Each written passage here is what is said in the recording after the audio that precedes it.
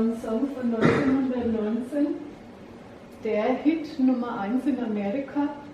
In den 20er Jahren wurde er zum Jazz-Standard in Deutschland.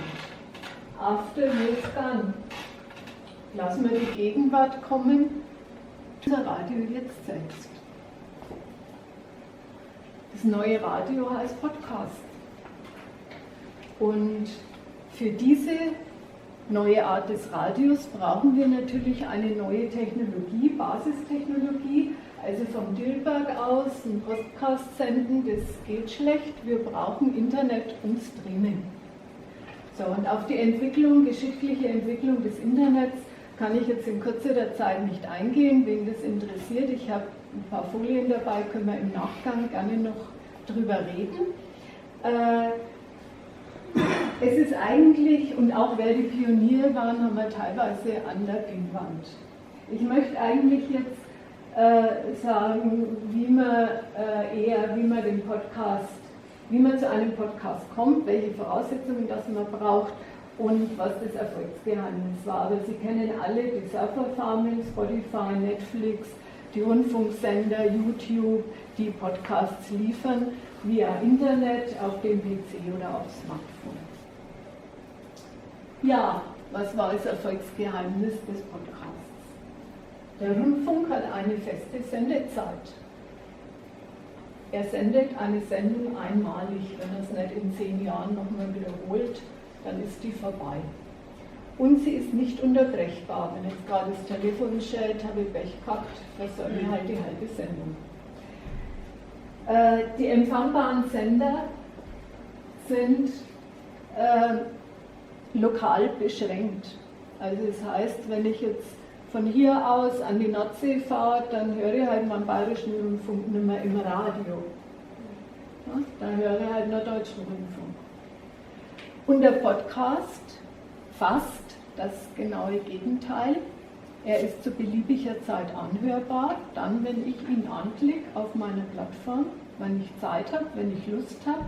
Ich kann ihn beliebig wiederholen, ich kann ihn unterbrechen. Das Angebot im Internet ist weltweit hörbar. Ich kann einen Podcast, den die Amerikaner produziert haben, ins Internet geladen haben, kann ich bei uns anhören, überhaupt kein Problem. Und ich kann sozusagen den auch offline hören, wenn der Podcast-Anbieter das zulässt, dass ich ihn runterlade. So, und was natürlich auf der Senderseite passiert ist, jeder von uns kann senden. Ich brauche keine Radiostation mehr. Ich mache einen Podcast und sende ihn in die Welt. Und wie mache ich denn so einen Podcast? Im einfachsten Fall. Ich brauche natürlich eine durchschlagende Idee. Das ist bei jeder Entwicklung so, wenn ich einen Roman schreibe, brauche ich eine durchschlagende Idee, was wollen meine Leser lesen. Ich brauche im Podcast die Idee, über was will ich reden, wie will ich da reden und wie will ich meine Ideen, die ich habe und was ich vermitteln will, an den Mann bringen und an die Frau bringen. Ich muss das aufnehmen. Dann muss ich es ins MP3-Format bringen und dann kann ich das ins Internet hochladen. Wenn ich möchte, kann ich natürlich auch noch schneiden. Ist ja immer das Problem, wenn ich jetzt live rede, dass ich dann mal stoppe, mal wiederhole, mal verspreche ich mich, mal sage ich statt Reichsmark Euro und so. Ne? Möchte ich vielleicht schneiden, bevor das verewigt wird weltweit in meinem Podcast. Also brauche ich auch vielleicht ein Programm zum Schneiden. Was ich an Hardware brauche, ist eigentlich auch relativ einfach. Ich brauche einen Computer. Ein Computer hat meistens im Betriebssystem, in Windows ist es zumindest so, da kennen wir am besten aus, ein Diktiergerät.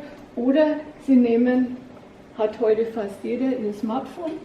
Auf dem Smartphone ist ein Diktiergerät und da spreche ich meinen Podcast ein. Wenn ich es besser haben will von der Qualität, beschaffe ich mir vielleicht ein Mikrofon dazu. Dann brauche ich ein Programm zum Schneiden eventuell, wenn ich das möchte, und eine Plattform zum Hochladen.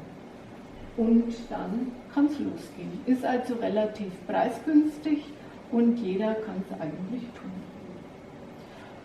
Man muss natürlich auch dazu sagen, Podcasts, die nur Ton sind, da gibt es jetzt nicht so viele Plattformen, aber man findet welche. Der Heiko Gassner, der dann auch später da ist, der kann Ihnen da auch was erzählen dazu.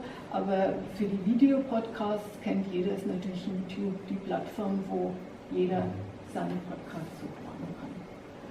Ja, wenn Sie das noch ausprobieren wollen, dann können Sie das gerne im Anschluss an den Vortrag noch machen, beim Moritz Haug und beim Heiko Gassner hinten haben wir was aufgebaut, wo Sie mal in Ihr Smartphone rein probieren können, mit Jingle vorne und hinten und das dann mit nach Hause nehmen können. Oder Sie schauen sich unsere Objekte nochmal an, die der Konrad auch angesprochen hat, die Empfänger, Trichterlautsprecher, was hinten steht. Oder Sie halten noch, wenn der Alexander nochmal zusammen Akkordeon greift, nochmal Live-Musik aus den 20er und 30ern an. Und ansonsten bedanken wir uns recht herzlich, dass Sie den Weg zu uns gefunden haben, Interesse an 100 Jahre Rundfunk hatten. Und wenn Sie noch die späte Stunde nutzen und in der Nacht noch unterwegs sind, 2 Stunden geht es ja noch, dann wünschen wir Ihnen auch noch schöne Einblicke und interessante Einblicke in der langen Nacht der Wissenschaften. Vielen Dank.